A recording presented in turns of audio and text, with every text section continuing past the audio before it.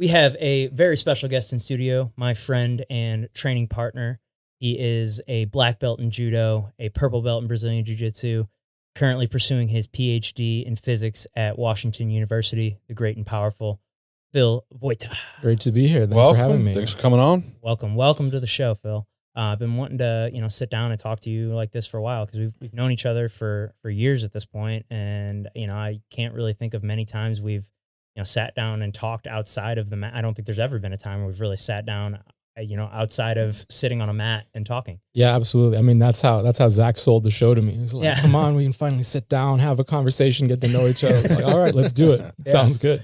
Yeah. Well, I mean, I just, it's like, I feel like this is a great way for, to get to know somebody. Cause like, how often do you, sit down and just like across the table for someone and talk for an hour and a half? Like it doesn't really happen these days without, looking at your phone or having, other things going on. So, I'm really excited to kind of get into, what you got going on. As we were talking before, you're pursuing your PhD in physics. What kind of led you down that path? Oh, physics, it's a little bit complicated because I come from a kind of interesting family where a lot of us have pursued physics. My dad has a physics degree. My mom does, my grandpa does, my sister does. And there's a few of us that did it as physicists. And so even though it's something that a lot of us do, I actually went through a bit of a rebellion phase. I didn't want to do it. I wanted to do like professional grappling, professional fighting. It was the thing that I was completely obsessed with in my teens. And then, I burnt out of that at eventually a little bit and started looking for other things in life. And the plan initially was still not physics. It was, let's go learn about sports science. Let's go do athletic training. Let's try to learn some other stuff that I can bring back into grappling. But one, there were parts of it that didn't end up the way that I expected. And two, even though people perceive physics people as very smart, on those classes that were involved in learning sports science, anatomy, the human body, I was getting killed. I was getting absolutely destroyed. So eventually I sort of started leaning towards what was familiar, but also what I eventually started just excelling at and falling in love with. And I got completely obsessed with that for a few years. Repeated the same mistakes I did in grappling a little bit, dealt with some burnout, and now I'm sort of trying to find balance where I have both in my life and pursuing both as much as I can. Yeah, man. I mean, balancing is something that anybody struggles with it. I certainly struggle with it, balancing my, trying to be as good as I can at jiu-jitsu, trying to be the best dad, husband, being the best real estate agent I can. Like I feel like that's almost the key to a happy life, man, is like have multiple pursuits and like have multiple things that you're pursuing. Like, at least for me, that's, I'm like constantly, sure. But like you said, you always have this guilt of like, I'm focusing more right now on this and then this, and then you start to see that decline a little bit and you're like, I gotta, maybe I need to stop, spending so much time at jiu-jitsu, spend more time with my family, or, vice versa. And it's, you gotta be honest with yourself about what you want in life. Like, if you're not living, like, for example, there was a time I just wanted to grapple full time and achieve like specific big goals. I was focused on medals, just that. But eventually you have to be honest, like, I don't want that life. I don't want to do that. And don't pretend that you're living the life that's going to get those medals when you're not, and just accept like, I want other things. I'm still enjoying this. I'm still doing this, but I have other goals. And as long as you can make those trade-offs with some confidence in yourself and your own decisions, then I think you're in a good spot. But it's hard. Yeah, it's hard always, but knowing you're making the right choice. Yeah, because if you look at that person that is, the world champion or whatever, take a snapshot of their life. You can't just take that, that world champion piece. It's a onesie, man. You got to put that whole thing on. It's so hard. You can't just pick and choose. Don't do it. It's a one-piece suit. It's not you can't just put on the shirt and be the world champion that day. You got to do the whole damn thing. And it's just it's balancing it is quite the pursuit. But I love it. And all the things that you're doing are years and years and years of pursuit. I mean, how long did it take you to get your black belt in judo?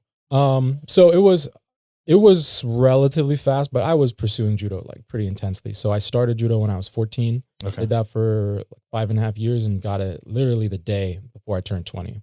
I was 19. That's a long time. That's 5 years to get to work through. Yeah. Pretty. I mean, and when you're a kid, it feels super long. Relatively fast once, with what we know about martial arts and working through the ranks. But I mean, the same thing with getting your PhD. I mean, high school, High school, 4 years of college. college. Now Yeah. you're in even more college. Like, I mean, that's a long pursuits. We've talked about burnout. You know, what is it that you're doing to keep yourself from burning out from all of these things?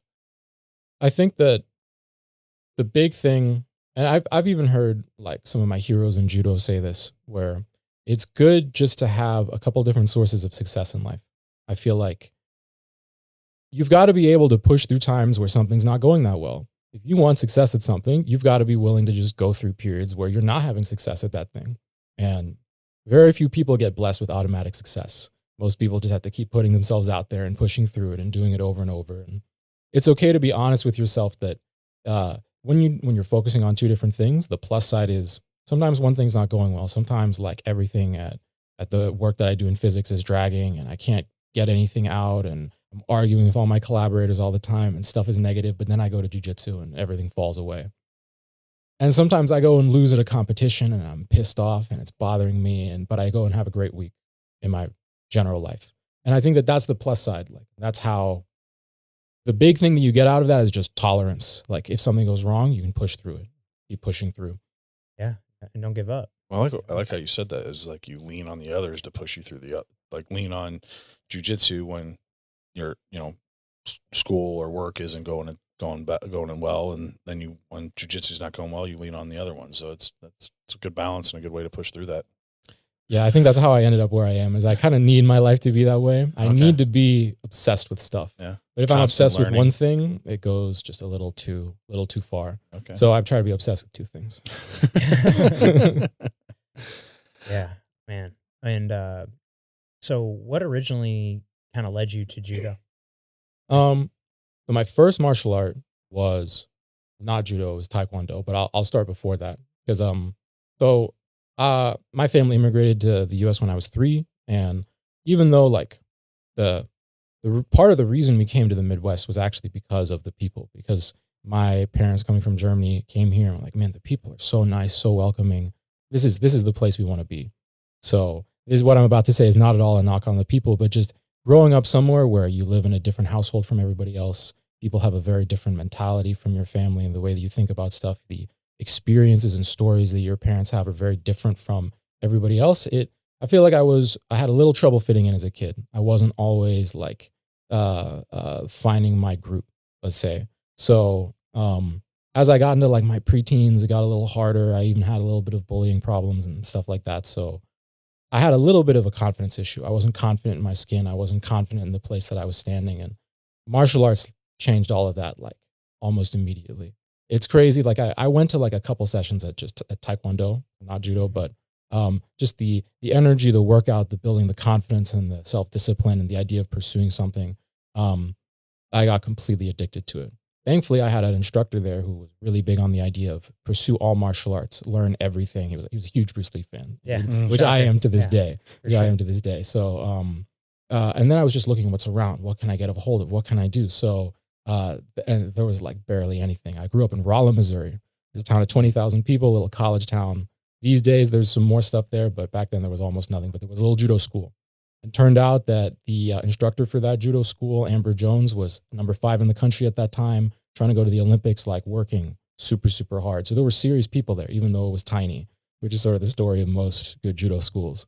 And I just think because that was the place where there was the most competitive experience and the most competitive energy, I just started competing in judo and doing it and sticking with it. And for years, I was doing like all kinds of martial arts, but judo just stuck. I kept competing in that, kept doing that. Got to college, was only doing that, and the rest is history. Man, that's so cool. That's awesome. Yeah. So what brought you from Rolla to St. Louis?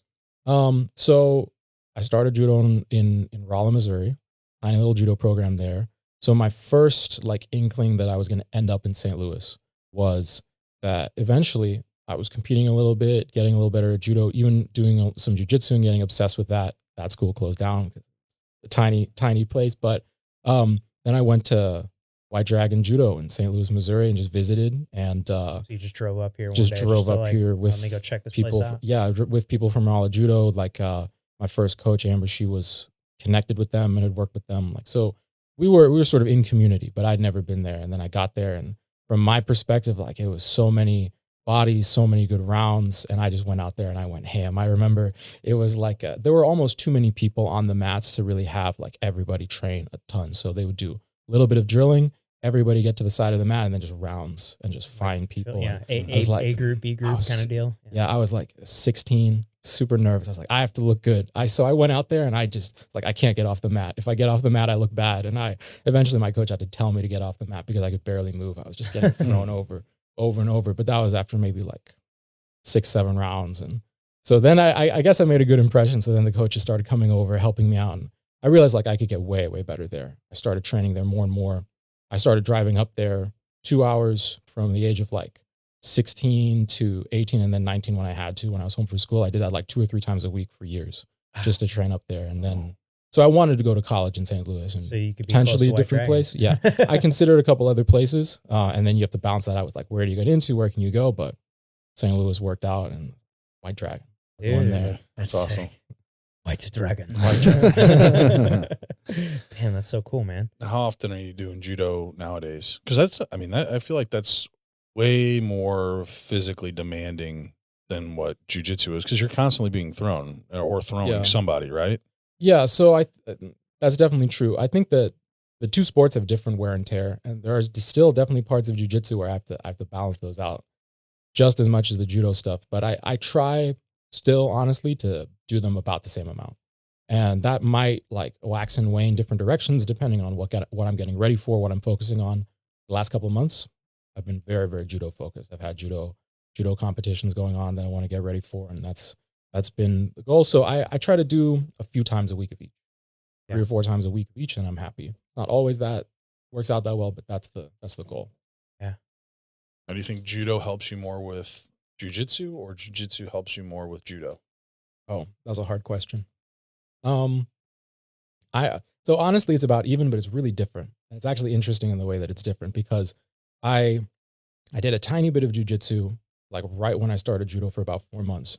And it's interesting. If you go back and you watch a lot of my matches from when I was a kid, even the first judo school I went to, it was actually a school that was more groundwork oriented. So I was going into matches where I was just outgunned. I was not going to throw these kids. So I was just dragging them to the mat and trying to do jujitsu. And then I started doing jujitsu again, seriously, like 22, 23 at Watson's where we train. And remember seeing you come in? You had long hair.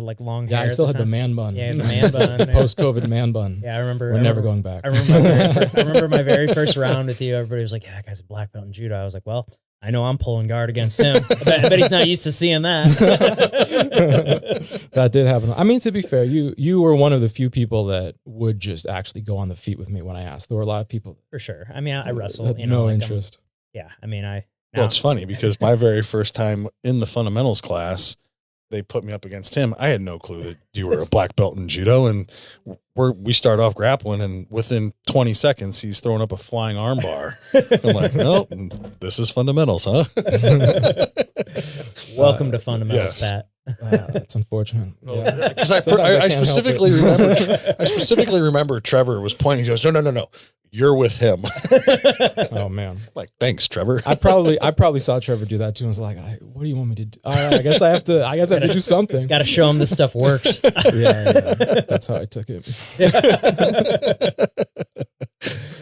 Oh man, yeah. But so to answer your question, I feel like judo has groundwork, but it's got a very unique, different take on it from jiu-jitsu. And because I was already a black belt when I started doing jiu-jitsu again seriously, I already have a decent sense for how it works there.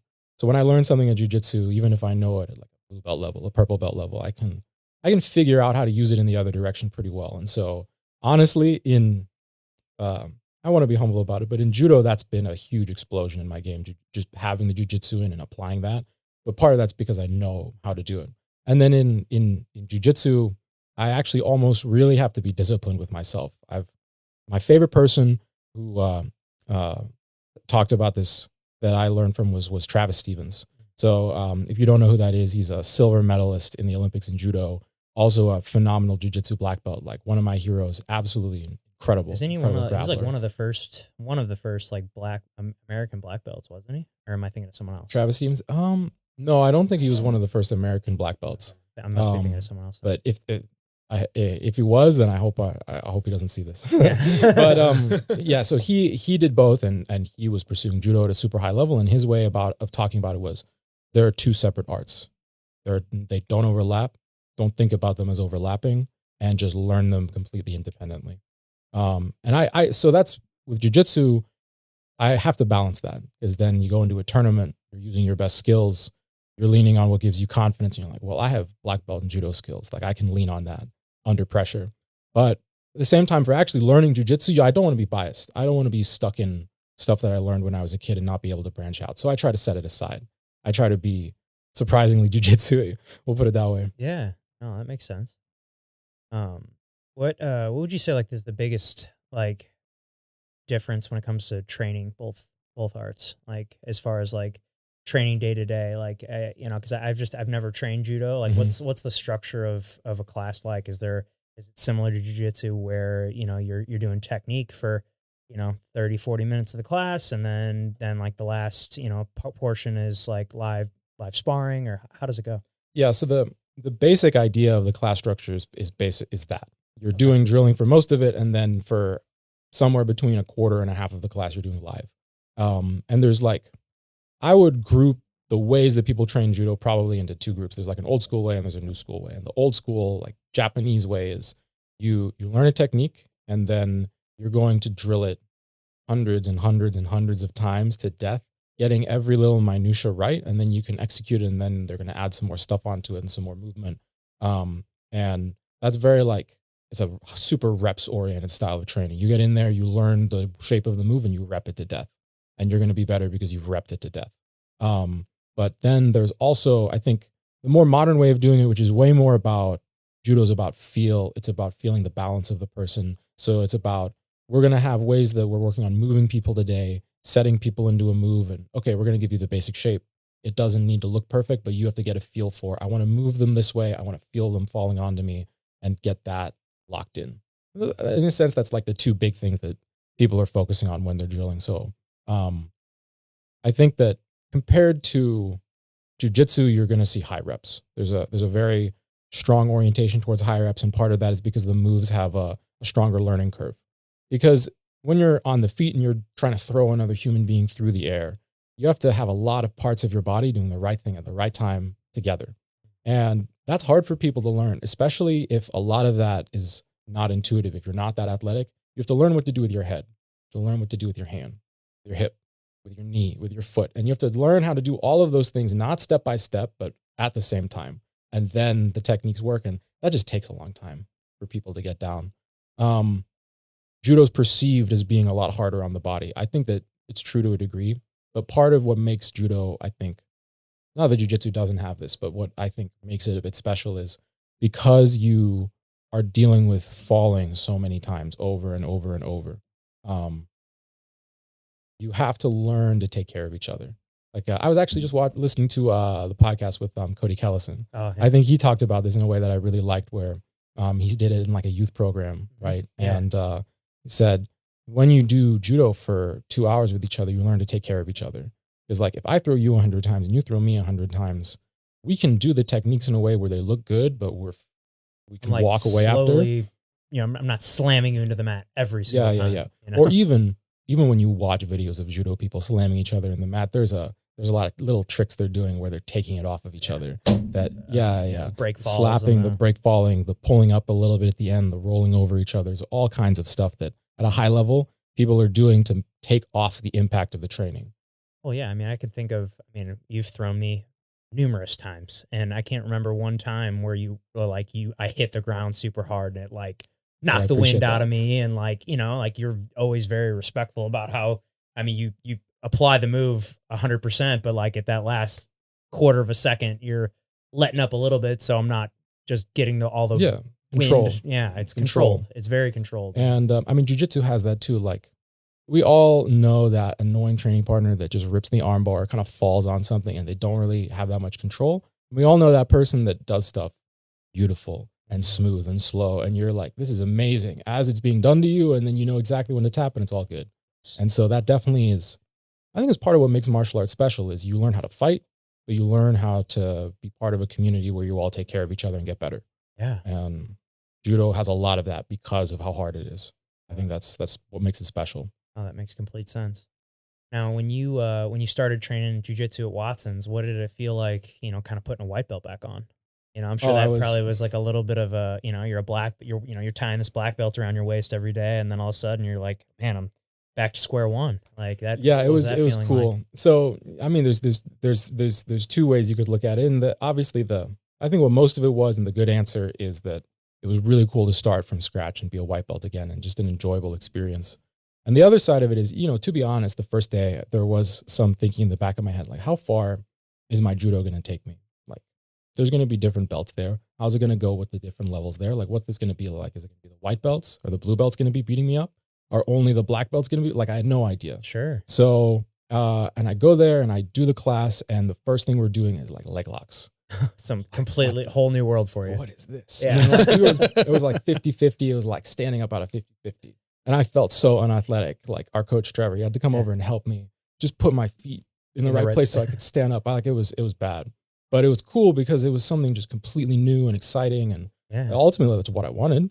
But then we get to some rounds later on, and there were a couple of people, I think at the time I couldn't tell if I was being funneled towards like, oh, give him the tough guys and test him, or if they were just like letting me go with people. So some people would stand with me and I'd pull out a little bit of judo just because I didn't want to look like they knew I was a judo guy coming in. I didn't want to look like I had nothing, but I wasn't trying to be a complete hero. Asshole. Yeah, you don't want to be a hero. I wasn't trying to like kill the vibe and just slam everybody. Like that's not cool. But then Trevor just beat the crap out of me. Oh yeah, beat the absolute crap out of me. Yeah, I know. It was awesome. I got him with one. I had one shining moment in a sea of getting absolutely destroyed. Yeah, I can think of like one or two times I've ever had like done something good against Trevor, and like and I paid for it immediately. He was only just stayed away. Yeah, yeah, he has a certain way of rolling, and even those those handful of times he could have just let me do it. Watching him demonstrate on you guys, I'm like. Nope, that's just a demonstration. Yeah, it's always me or Phil. He's very physical. He makes it legitimate. Yeah, he doesn't show anything at 50%. No, I mean that's all right. Oh, for sure. It's make it look real, but you have to know what it like. Being the uke for him is work. Oh yeah, but that's how it is for a lot of great people. But I love being the uke because it like you really get to feel how it should. I feel like it makes me a better training partner to the people that I am then drilling that move with. I was like, no, he had his foot was here and the pressure was here, and like I can be like, oh no, your hand's in the wrong spot, because I just felt what it's supposed to feel like from him, and I think that's a helpful piece for sure. Yeah, absolutely. I think, and again, when I talk about stuff that's unique to judo, there's always a little bit of like, well, jiu-jitsu has that too, and every sport has that. But in judo, the idea of being the uke is like it's a skill. Like I have been yelled at many times for being a bad uke, and then been pulled aside and been like, here's what you're supposed to do. This is the look you're supposed to give. This is what this is supposed to look like. And then just that skill of also paying attention to, I know what the look is supposed to be. I understand the concept of the moves. Like this is for when my leg is this way. This is for when my weight's over here. And just knowing how to flow through that with another person, feel that out. Like it's one of those sneaky skills that people don't realize how valuable it is for getting good at grappling. Because once you get that down, you can learn constantly just by seeing what people are doing, and super, super valuable and good for networking. Oh, for sure. Yeah, definitely. 100%, man. Couldn't agree more. Well, you mentioned your family moving over here from Germany, correct? Mm-hmm. So you're first generation here then. I mean, yeah. I'm a citizen. I pretty much grew up here. Like I'm an American. Absolutely. How much of your drive do you feel is fueled by like the sense of responsibility to the sacrifice that your family made coming over here? Oh, I feel like it's a huge amount of my perspective is just, I like that you said, the sacrifices they made just coming over here, because that's even another part of it. But it even just starts from understanding the differences between what I had growing up and what the previous generations of my family had growing up. Like we all know where Germany was in the 1940s. Right. That was obviously dark. But then even after that, the part of Germany that I'm from became East Germany, got taken over by the communists, and couldn't vote, no freedom of speech, got quotas to pay to the Russians. If you protest against them, they send in the tanks. There's a police state. Like it was a very dark place to be. And it was like 1989 when the wall fell and that the country unified is like a huge moment for my family for finally getting like access to the world, getting it like my whole family travels a ton because we finally get to just be out in the world and not trapped inside of these couple of countries. And understanding that I'm the first generation that has all of that. I'm generation one is huge for me because I have to make it worthwhile. I have to use that. No one like everything that you achieve in life, somebody probably did more with less. Somebody came from less. And I just am, I feel extremely conscious of all the blessings I have, all the freedom we have today, all the opportunities we have today. And gotta make the most of that while it's here. And I think that there's a lot of stuff just walking around day to day that obviously everybody's grateful for and we're happy that it's here. But I just feel super conscious of it. And I have these opportunities, I have these freedoms, I can just go and live life and I don't have to worry about some oppressive state bothering me.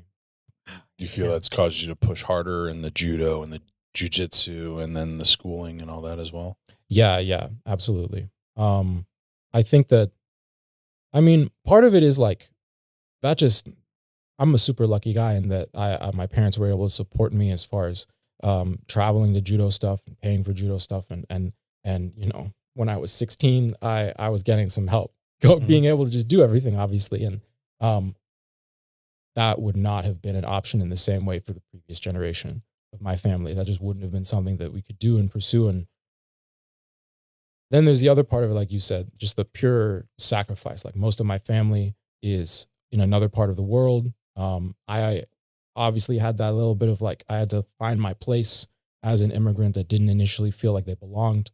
And everyone in my family had to go through that and deal with that. And on top of that, just the money, the bureaucracy, the lawyers, the just doing everything so you get to come over here. Like, yeah, I have to make that worth it. Sure. I can't waste that. Absolutely. Like that's one of the big gifts that I have in life, and we're gonna put it to use. Sure, man. Well, you can definitely see it with what you've accomplished so far. So, well, I really appreciate that. I feel like I still am at the point where I have to get everything that I'm trying to get. But yeah, I feel grateful. Now, I mean, because you mentioned you have your whole family are physicists. Sort of. We have a few physicists, but got their degrees and close enough, right? Close enough. Now, because I mean, you always hear this stuff about certain countries, like, hey, this is like they're going to push people into certain fields and certain degrees. Was that how it was back then? Is that why your family was pushed into physics, or was that something that they chose that they wanted to go into? Oh, well, I mean, that's a great question, actually. So, you know, back when there were a bunch of communist countries, they all had a chip on their shoulder and they wanted to prove that they could be as good as they could be as good as the US and the Western countries, stuff like that. So there was a lot of push to go. Like that was one of the few ways that you could have a good life is you go and you train for something academic like that. And actually my dad didn't want to be a physicist. No. Funny story. He wanted to be a computer scientist. Okay. He wanted to be a computer scientist, but if all of the technology in your country is 15 years behind, how are you going to be a computer scientist? True. So that's what was available. And, you know, especially like just using your brain, pen and paper, physics, anybody in the world can do that. That's something like for centuries, everywhere in the world, doesn't matter how poor they are, doesn't matter how limited the technology is, everybody in the world is doing it a little bit. Yeah. That makes sense. Now, do you think that there's like a crossover between like your judo, martial arts, jiu-jitsu brain and your physics brain? Like, is there any overlap there? Like, obviously, like I don't think you're doing like applying complex calculations while you're doing jiu-jitsu, but like, do you think that there's like some kind of overlap there? I think that ultimately they're both about problem solving, and I think that physics is very like I mentioned, I got crushed by anatomy classes and I also got crushed by chemistry classes, and I basically did well in like math and physics. That's what I was like really good at, or stuff that was sort of logical. And it's very like foundational. You just you observe what's happening. You try to build a little bit of an idea of the structure of what's happening. You make some guesses and then see what happens and just go from there. Like, I've had people comment in training that I'm very like, you know, I'm not risk averse. I just let shit go wrong. I'll bounce off of the wall of failure all the time and just see what happens. It's one of my favorite things about training with you is like you don't you have some stuff you are very, very good at, and I know you could get me with this here, but like you're gonna try something new here. You're like, oh, I'm gonna go jump on this and see what I can go. You'll go a different path. Like you're not the guy who is so focused on he's or like let's just like say he's like really good at body lock passing or something like that, and like that's all you ever do. Like no, you could do a lot of because you're always experimenting on new things, and you make the roles so fun because you're not someone who's just gonna like hunker down in one position and just like hold someone there. Like no, you're gonna and wait to get what you want. You're gonna explore. You're gonna try different things. You're gonna experiment. And Yeah, I have black belts grab me sometimes just because they want to work on something new on me. They don't even really want me to do that much jujitsu. They're just like, let me put you in this move and then what are you just gonna see do? what happens. Yeah. And then I just try to comb through step by step what's every possible, even if it's stupid, even if it doesn't work, what's every possible thing that I could do here.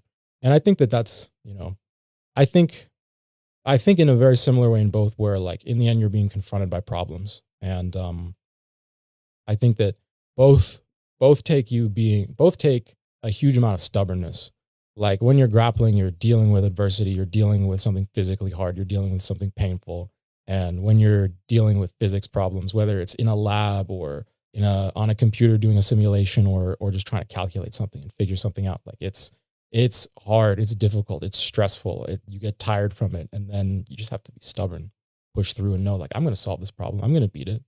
So especially I noticed this like in the in between like I did martial arts as the one thing I cared about for 5 years, and then I went and did physics in college and even had less focus on the martial arts. But I could tell there was just a level of, one of the reasons I did well in college before I got to the PhD level was I just was more stubborn. Like when the problem wasn't solvable, I would keep going until 2 or 3 a.m. because I was just that pissed off about it. I was like, I have to beat it. I have to beat it. So that mentality is the same. It's completely the same between the two. Oh, that's cool.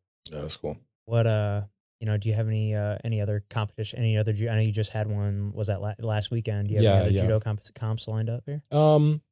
Yeah. So it's focusing more back on jujitsu. I have to find the time for competitions are a great example of where the balance is hard. But I have a couple judo things lined up. I might be slipping in on something this weekend. We'll see how everything lines up. But there's another thing on a little tournament October 25th out in Indiana. I'm gonna try to find some new people at.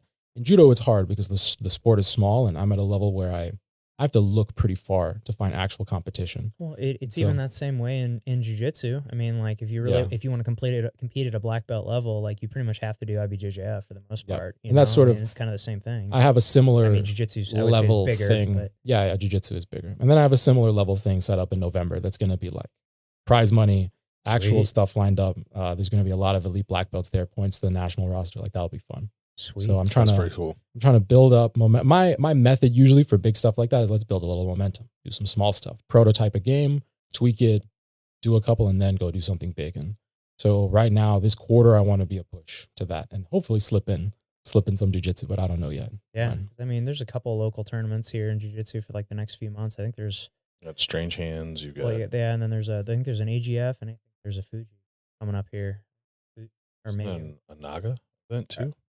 Maybe I'm thinking Naga, not That's AGF. November 8th. I thought I saw somebody post about that. Yeah, I think I don't know. It's but then one you of got them. the one in Kansas City that you were talking about. Yeah, and then there's an IBJJF in KC. That's what I'm thinking about. I was thinking about that, especially after this past weekend. I was that like, could be man. Good. Well, that's what I told. The only thing is I'm going out of town then the weekend after that, so I don't know if I want to go out of town 2 weekends in a row. Well, I'll try to nudge you about it later. Yeah, nudge me. We're in a similar spot. We just had competitions. We just had not quite the results that we wanted. It's all good.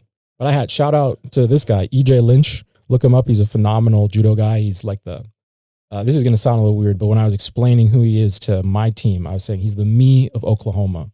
And honestly, I think that puts it about right. And we had a very, very tight competitive match. I had a very detailed game plan set up of how I was going to beat him. I think I was putting it on him for 3.5 minutes, and judo being the way it is, like I made one little mistake. He got the score, the big ippon that ends a judo match instantly, and then it was over. So shout out to him. He's really good. He beat me, which has not happened.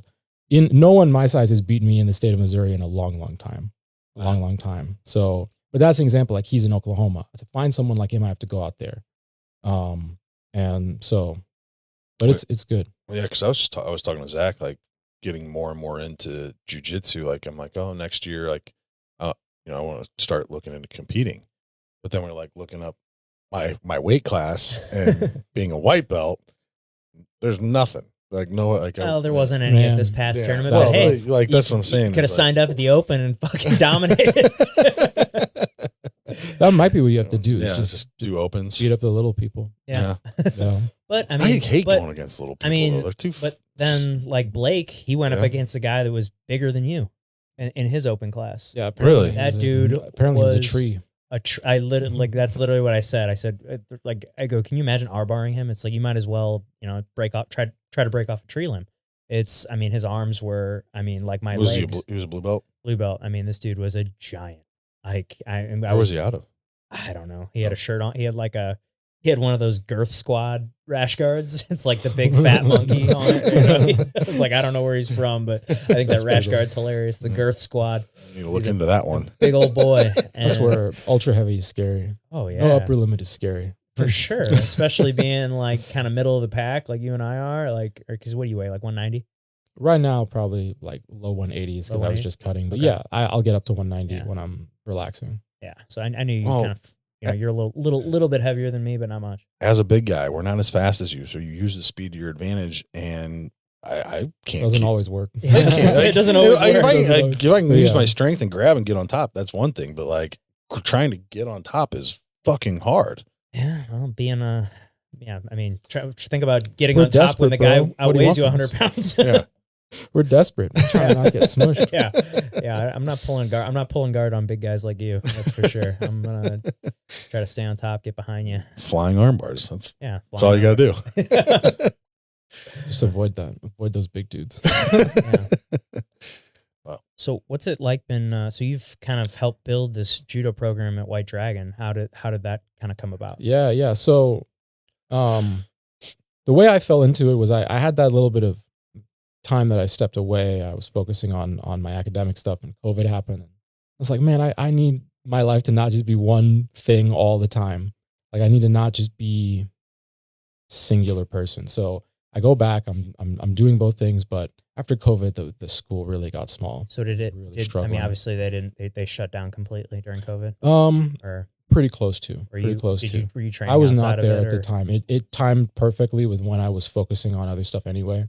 So I was like, well, I'm trying really hard to get into grad school. I'm just doing physics anyway. So I just kind of wrote it out. It's like, everything is shut down. Let's just hunker down and focus on what I got to do and try to progress. But after stuff opened up and I was already in a position of like, I'm almost getting into grad school, I'm ready. Then I started going back and it got but they really struggled in that time. Got super small, different coaches stepping away.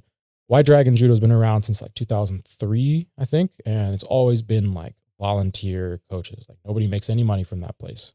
It's just our efforts. And so different people retire and step away. And it was probably down to like 20 people in the school or something like that. Like we were really, really struggling.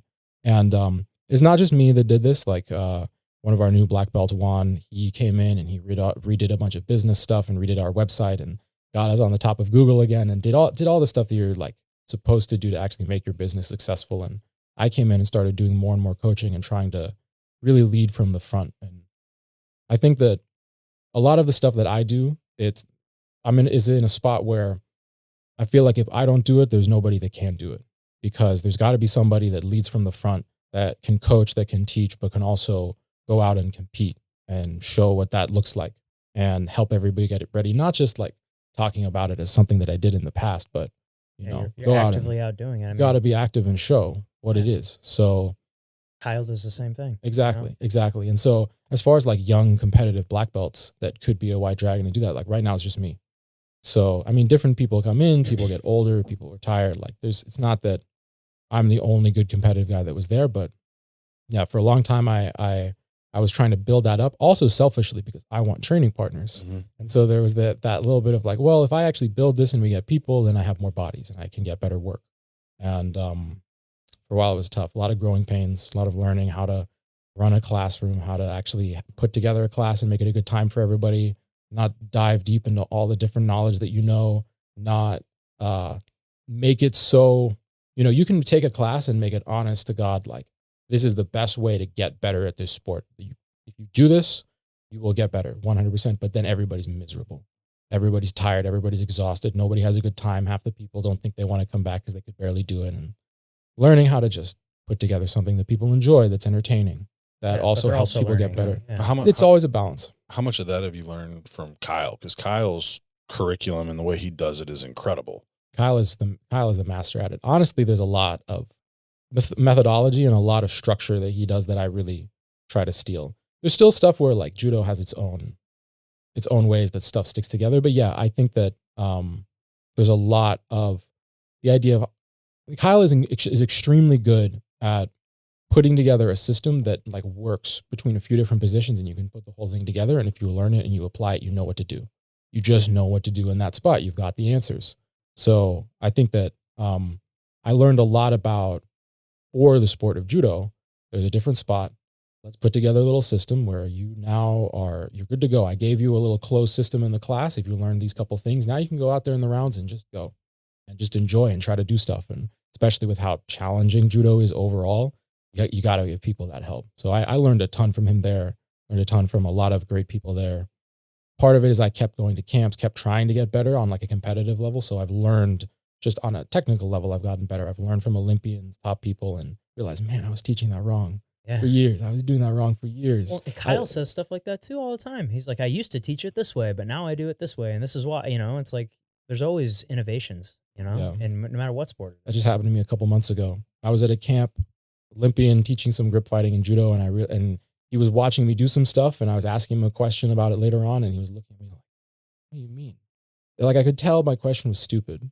And then it was one of those ones like he didn't want to make me feel bad, so he had everybody stop and answer the question. I was like, but I knew. But so it's good. It's good to be able to have that experience even after 12 years of judo, to be honest. Like just keep learning and keep getting better. And also in jiu-jitsu, that's why jiu-jitsu has been so fun for me in part, is I get to start over and just be at the beginning again. Yeah, you don't have to be the instructor or the example. You're you don't have the pressure. You don't have the responsibilities. It was so fun, especially just being a white belt and just nobody expects anything from you. Everything you do is positive, and especially when they have no idea that you've grappled before. Like everything you do is really positive. So sure. it's a good time. You're really good. Oh man. Yeah, it was fun. Yeah, I mean, just coming in with any sort of grappling experience is just, you're ultimately going to be a step ahead compared to the guy who's never done anything. Like, I mean, you look at guys like Jordan, who's wrestled for most of his life, and he's one that's coming up right now. He's getting really good, man. I used to be able to kind of throw him around and sub him all the time, and now it's like, man, me and him have very competitive rounds. I was watching you two guys go. Actually, I think you were there too. The last class that I was just sitting off to the side, I think the three of you guys were going. I was like, damn, that's fuck. You guys are getting after it. Yeah. He's very high speed. Yeah. Very, very high speed. That's a good way to put it. Watching him at that. The Energizer Bunny. But it's good. You have to have those people where like, man, I get past me. I have to just keep going. I can't. And, in judo and jiu-jitsu, there's people like that now because of just everything that's been building up. At jiu-jitsu, obviously stuff has been successful for a long time, but it's been cool to see now that I've been there for a few years, the next generation coming in and getting better, and nipping at our heels. Man, I don't. Well, like we were talking about Blake, I think before this, like I remember when Blake came in, because I was his coach at the beginner's class, and I was like, man, someone as big and strong as you, it's like, man, if you stick with this thing, you're going to be a handful. I remember thinking that, and then, man, here he is, almost 3 years later, and I mean, he's a handful now. Like Blake is not, definitely not an easy round at all. Like he's a problem for sure, especially with how big and strong he is.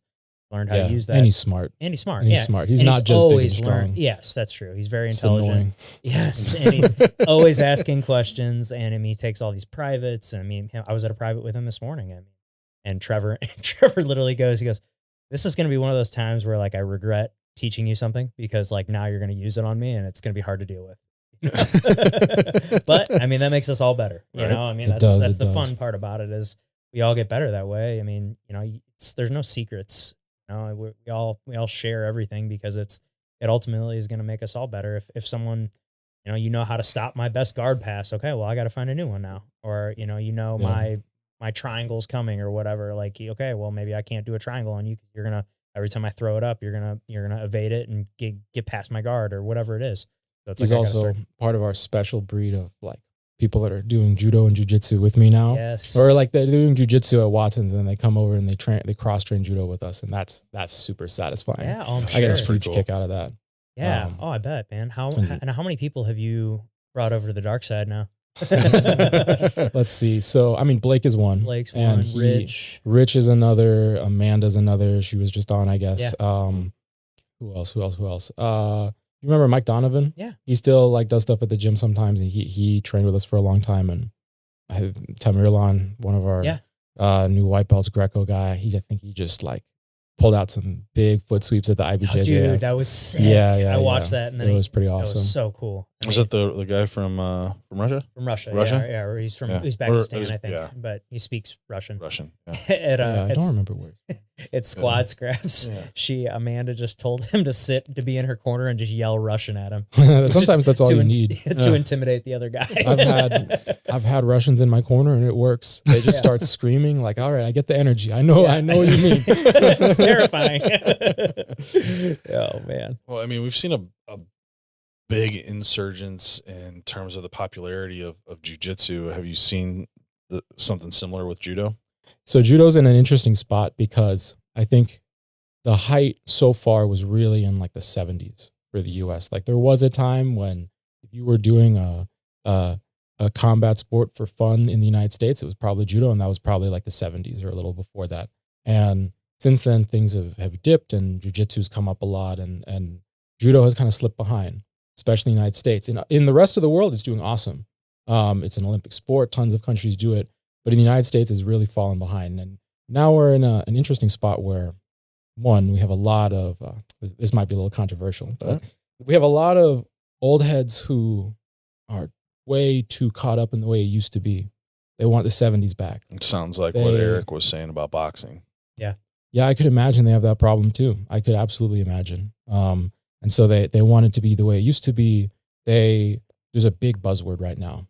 A buzzword is grassroots judo. And the idea is, it's a good idea that, all right, we want our community to grow. It's not just about building up these like singular athletes that we have that are doing great at a high level. We have to build it everywhere at a foundational level. But then sometimes people just say it and they're doing events that are really just about feeling like it's the 70s again and doing, I don't know, not really trying to do judo in a way that shows people how fucking awesome it is, how enjoyable it is to do, and what it's really about. I mean, it's a sport about making people fly through the air. How hard is it to market to people? Yeah. Right. Right. And so, one, we're not going to be as big as jiu-jitsu most of the time, probably. Like in most countries, we're pretty saturated and that's awesome. But one, jiu-jitsu is a little easier on the body, or you can do it in ways that are easier on the body. Like judo for a long time had this culture of, as you get older and you don't want to take the falls anymore, what do? You do more groundwork. And now the sports are just more specialized, and judo has more and more of like its focus on what it is. It's about throwing people and some groundwork, but if you want to just do something easy on your body and do groundwork, you're honestly a little better off at jiu-jitsu. But Yeah, I didn't even realize that there was groundwork in judo. I thought it was more, like you said, just making people fly. It's meant to be very fast and transition oriented. Like you get one scramble, as soon as anything settles and there's no more movement and people have locked down a position, You're back on your feet. the ref stops and you're back on your feet. So whatever happens has to be like go, go, go. One scramble, one entry. Yeah. So it's usually diving on a submission or trying to roll a guy over and pin them as fast as possible, like high speed.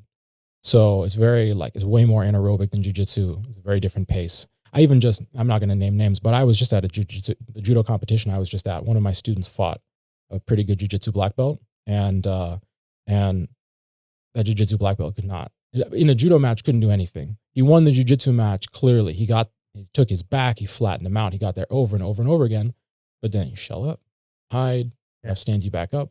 You have another chance to throw each other, because that's how our sport works. And so you have to play the pacing a little differently. Like you use groundwork. Like I use groundwork in judo. This is where the jiu-jitsu comes in. I use it to get people tired. I use it as just I understand the positions well enough that we're just going to get in a scramble, a 30, 40-second scramble where I'm chasing subs and, okay, all right, I might get you, but you're going to spend 30 to 40 seconds defending, and then we're going to get up and then I'm going to throw you.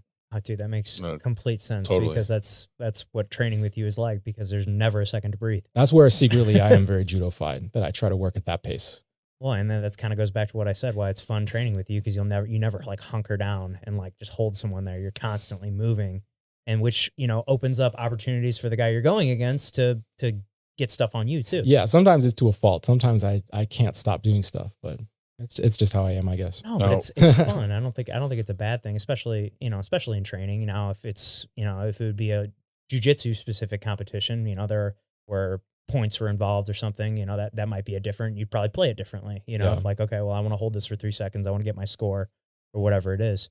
I was going to ask you, if you in a jiu-jitsu match, are you going as fast paced as you do in judo, or are you calming it down a little bit? Because I feel like that'd be really hard to maintain, because you'd be going 5 minutes. So I think there are parts of my game that are a little bit designed to crank up the speed, like a lot of the outside passing stuff that I'm doing, and a lot of the spots where I can just grip fight people with kind of loose connections, because I do that a ton in judo. And there I'll try to play very higher speed than people are comfortable with. But then there's always those moments where you want to lock. Like, I got there, I'm in the spot that I want, and now we're just going to progress forward slowly and crush you. And it's honestly something I'm still really into exploring in jiu-jitsu right now, is like those spots where I can completely crush someone and control them, and I'm totally dominant, versus I know that they're going to like wilt if they stay here. Because there are spots that are a little more dynamic where the person is just forced to be defensive in a more active way. They have to expend way more energy to deal with you. And I think trying to balance those out is something I'm generally into. And for judo is super valuable, because you can jump on that guy and even just tire him the fuck out in 30 seconds. That's a whole new layer that you have that you can exploit, even when people are better than you at judo. Wow.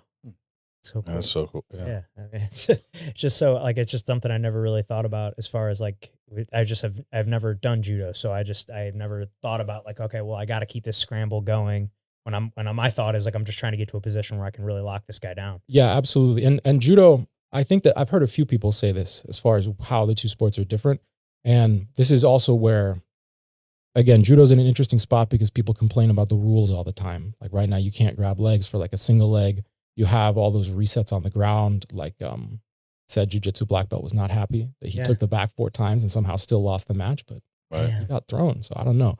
But you flew more than he did. Yeah. Exactly. That's what it's about. What was I saying?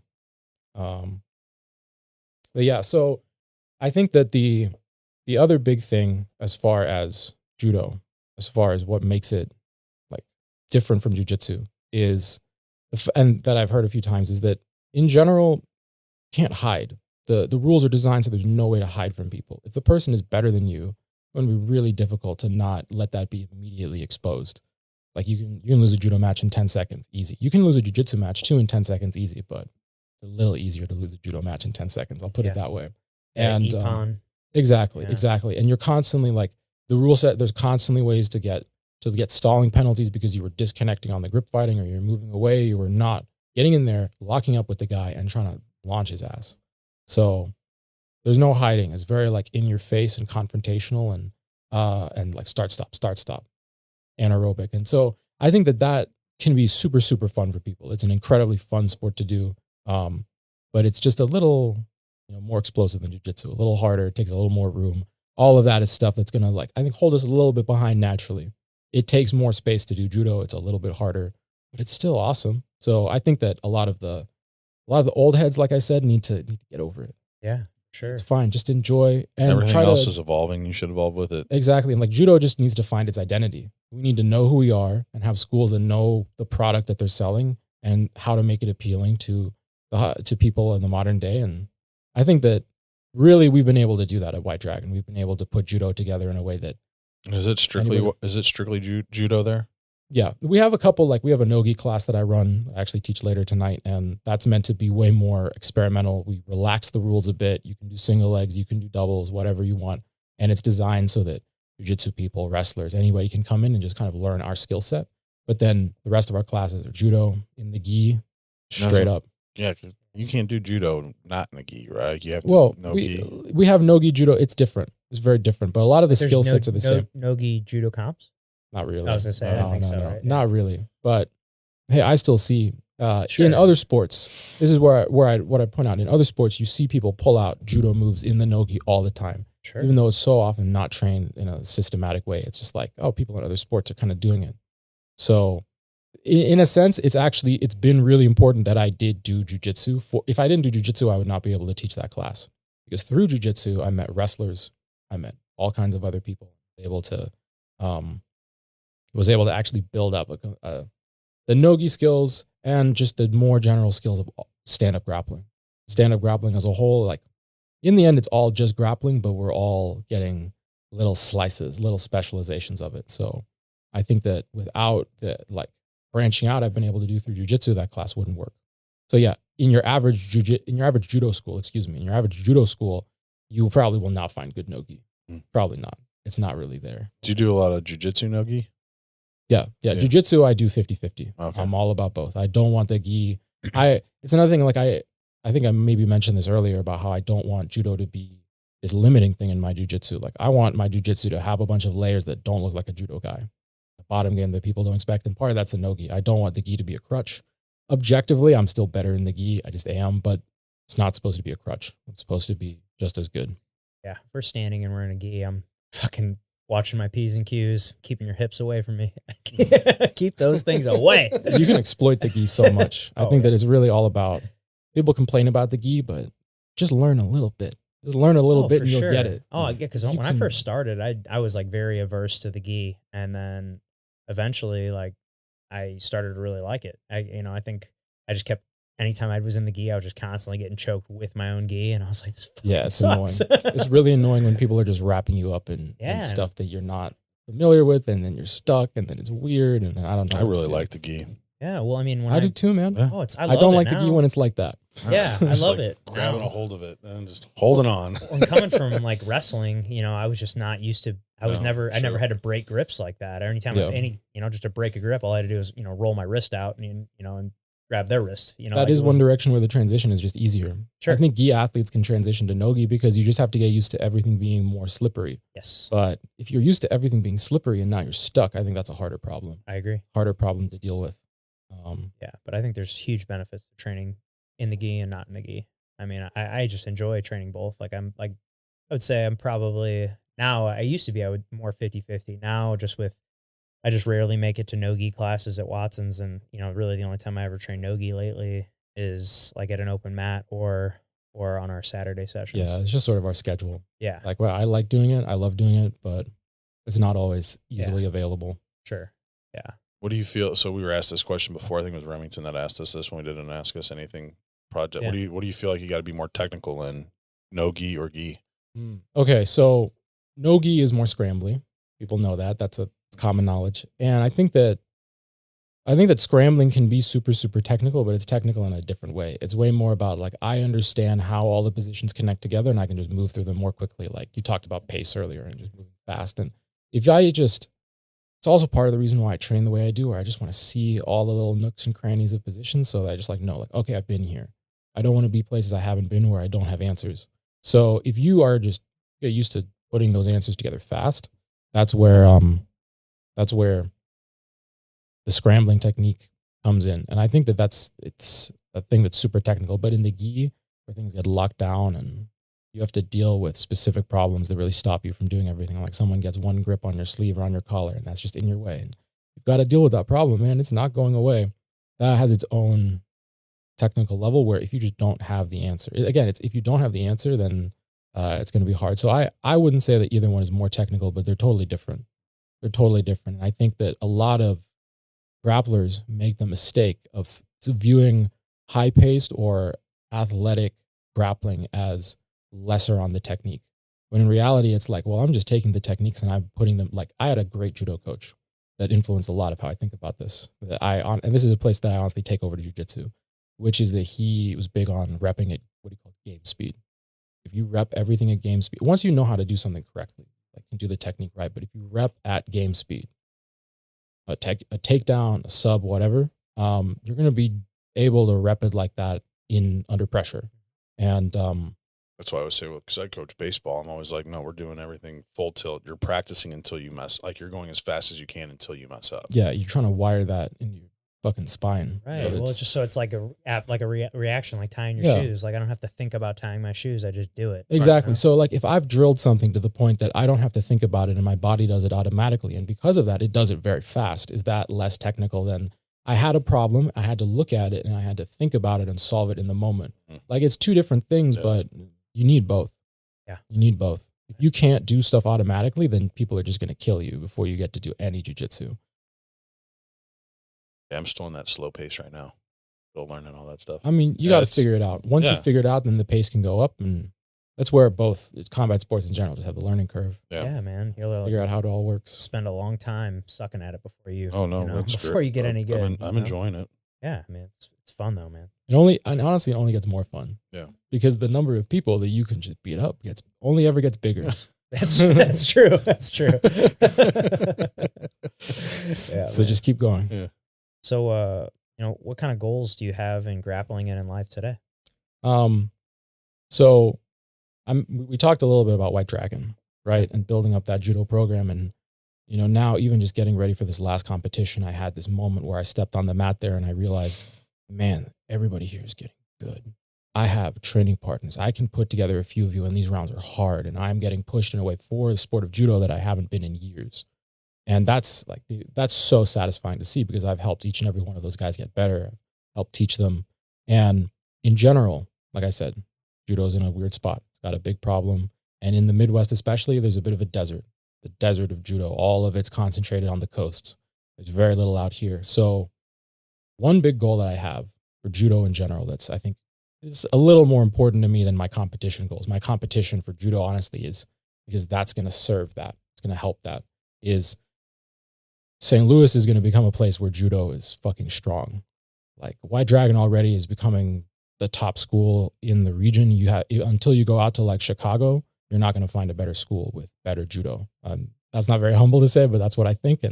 And we're constantly working with other people and building up judo in other places. And even just like, this is what I mean about like having not an old head mentality. Even just having people go to jujitsu comps or learn some stuff from us and do that in jujitsu. Like that's judo.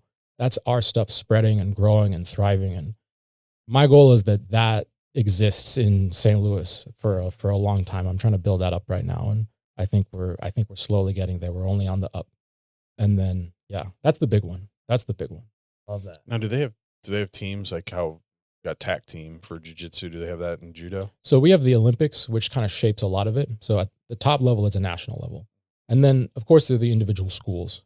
The individual schools get very competitive with each other. They want to beat each other. They go to whatever competition it is, local or big, they want to beat each other. But there aren't really affiliations in the same way. I would say there are definitely schools that have networks with each other and work with each other. And one of my big goals right now for White Dragon is to just build that out. Let's get as many people on board with just working with us, doing stuff with us, doing training camps, getting together seminars, anything that we can do with other people we're trying to do right now, because there aren't teams. So we're almost starting from square one. And because no one really thinks about judo this way, it's there for the taking. If you got 4, 5, 6 judo schools together to actually coordinate, be like, we're going to get better together. We might be all really far apart, but we actually put in the effort, you would see the level of that sport and the level of participation in that sport skyrocket.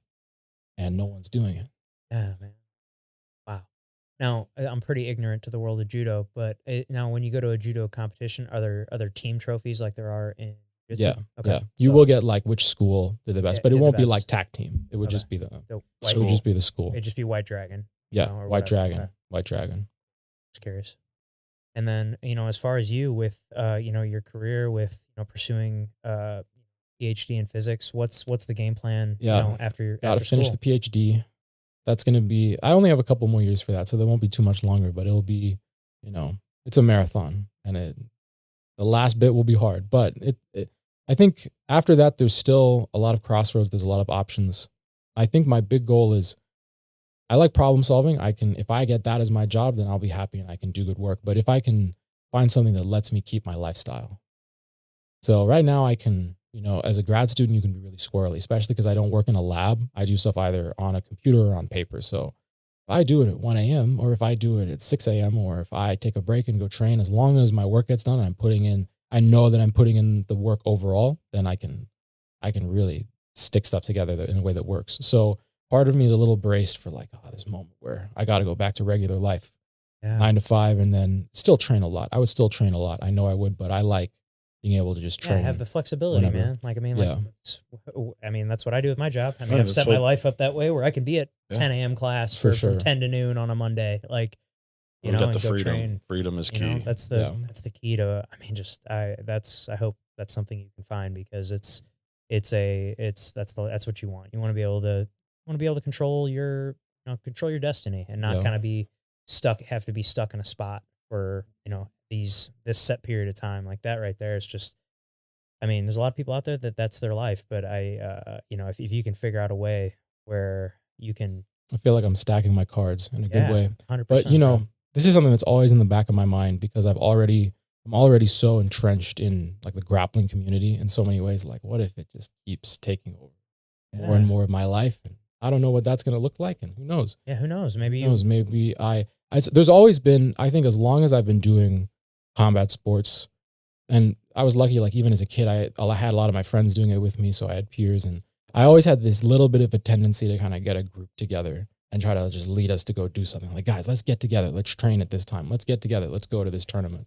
And that, I think, has been helpful for White Dragon. And I think that also, in general, means like, what if it just keeps going? I have a school, or I just teach more class in it. Who knows? I don't know yet. But I mean, because how old are you now? 26. 26. Yeah, you're still so young, man. Like, you got a lot of things ahead. Old. Gotta make the most of it while I'm here. For sure, man. No, it's awesome. I love everything that you're doing, Phil, and I appreciate having you as a friend and a training partner all these years has been great for me. I mean, I've learned a lot from you, and you're one of the best training partners I have. So I really appreciate that. I've shied away from you since that first day. So. maybe I think I'm usually pretty chill, but some days, like whatever reason in my head, I'm like, I have to go. I have to do some stuff. Sometimes you gotta chimp out, like as you like to say. Chimp out. Just gotta go. Well, I appreciate that, Zach. One of the cool things about jiu-jitsu is you get to really meet a bunch of different people, and you get to find people that like have a lot in their lives. They have a lot of things that you want. They have a lot of success. They have their lives set up for grappling. They have families, and you try to, I'm just going to lean this way a little bit. I'm going to try to attach myself to those people a little more. And in general, grappling has been amazing for just learning to be around people, learning to deal with people, and learning to just network and connect with the kinds of people that you want to be around. No, I know. Like, think about our Saturday morning crew. Like, it's such, if you put all those guys, there's probably 12 or 13 of us in that group chat.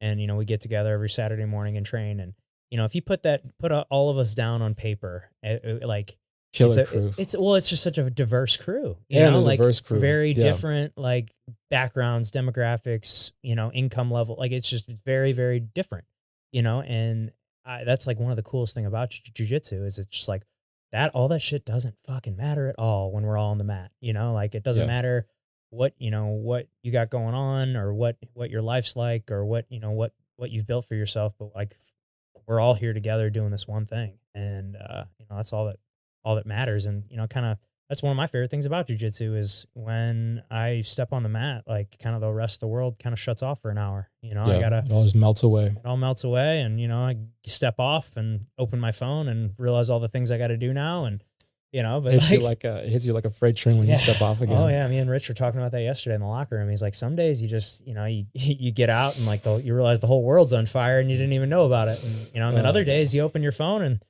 no messages, no missed calls. All right. All right. Back to open mat. Yeah. I can go back to train. Yeah, exactly. Exactly. Yeah, man. It's awesome. But, we really appreciate having you in here, Phil. Is there anything that we didn't discuss that you want to get to? Oh man, we covered a lot. Covered a lot. And with the false start too, there's part of this like, I don't know if we repeated anything but I think we covered. Yeah, we hit a little warm up. My life is pretty up again, damn it. It's all good. I think that helped me out more than anything. But I mean, my life is pretty polarized between like we'll call it 2.5 things, because judo and jiu-jitsu are like, they overlap so much. But those 2 things and my PhD, and other than that, man, I feel like I don't have a life. I'm just focusing on my thing, and it'll open up once I get all of this stuff settled. We'll hopefully have a great life. Yeah, you will for Well, sure. tell the listeners and everything how they can get in with you at White Dragon and what you guys are doing there. Go give yourself a little promo there. Yeah, so I'm on Instagram as Vojta the Grappler. That's Vojta the Grappler. And if you go to the White Dragon's website at wdjudo.com, you can look at our schedule and all of the stuff we do. And if you look us up, we also have social media everywhere. So don't hesitate to reach out to us or to me. And I mean, if you're interested in judo, we are the place to be. We are definitely on the up and up, and we're only going to keep doing bigger and bigger things. That's awesome, man. Love it. Well, Phil, we end the show the same way every time. So I know you've probably seen some episodes in the past, so you may or may not have known that this was coming, but we end the show the same way. So got the Tombstone game. The Tombstone game. Yeah, I watched a couple episodes, but I somehow always missed the very end. So you're gonna have to help me out. So Tombstone game. Here lies Phil. What's it say on your tombstone? You went for it. Perfect. Perfect. I love it. That's awesome. Awesome. Well, thanks again for coming in, Phil, and thanks to everybody at home that watched or listened to this episode. If you haven't clicked that subscribe button yet for us, please do so. That would help us out a ton. Pat and I have a goal this year to get to 500 subscribers on YouTube before the end of 2025. So help us out and hit that subscribe button. Share this episode with a friend, hit that like button, comment what you thought below, and we will see you next time.